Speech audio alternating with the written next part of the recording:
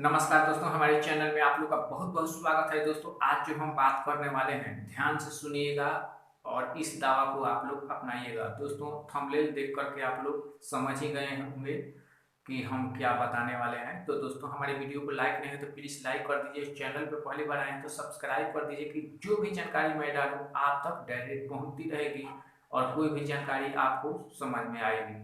तो दोस्तों अगर आप लोगों को दमा है या खांसी है और बहुत सारी पैसा लगा करके थक गए हैं, कोई भी दवा उसमें काम नहीं करता है, तो दोस्तों छोटी सी एक दवा मैं बताऊंगा, आपको अपनाना है। दोस्तों क्या करना है कि भैंस का घी लेना है आधा केजी, और उसमें दोस्तों 2 चम्मच रोज क्या करना है कि उस घी में से निकालना है और थोड़ा सा सुसुम कर लेना है।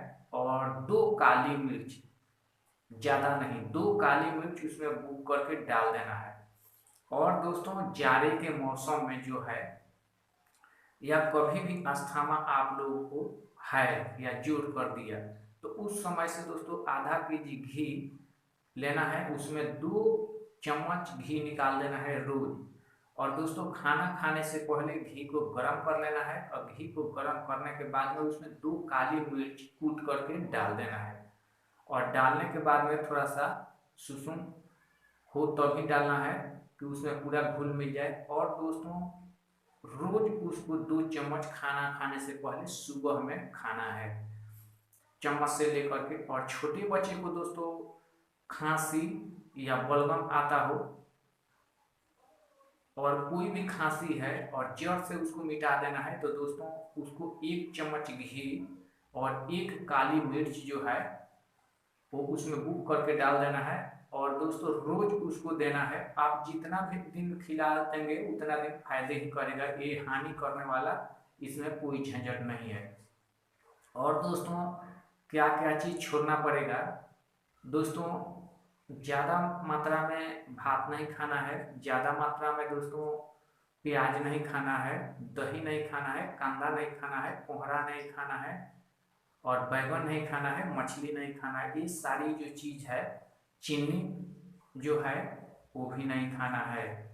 यहाँ तक कि गाय का दूध दही नहीं खाना है। जो लोग ऐसा करते हैं उनकी अस्थमा की बीमारी या खांसी कोई भी हो वो जड़ से काट कर फेंक दिया जाता है। गाय का घी होता है वो ठंडा होता है, कभी भी भैंस का ही घी लें। और दोस्तों अगर घी नहीं मिलता है तो दोस्तों क्या करना है कि आपको लेना है हरे और बहेरा, उसमें आंवला मिक्स नहीं करना है, वो दोनों को कूट पीस करके चूर्ण बना लेना है, उसमें काला नमक डाल लेना है।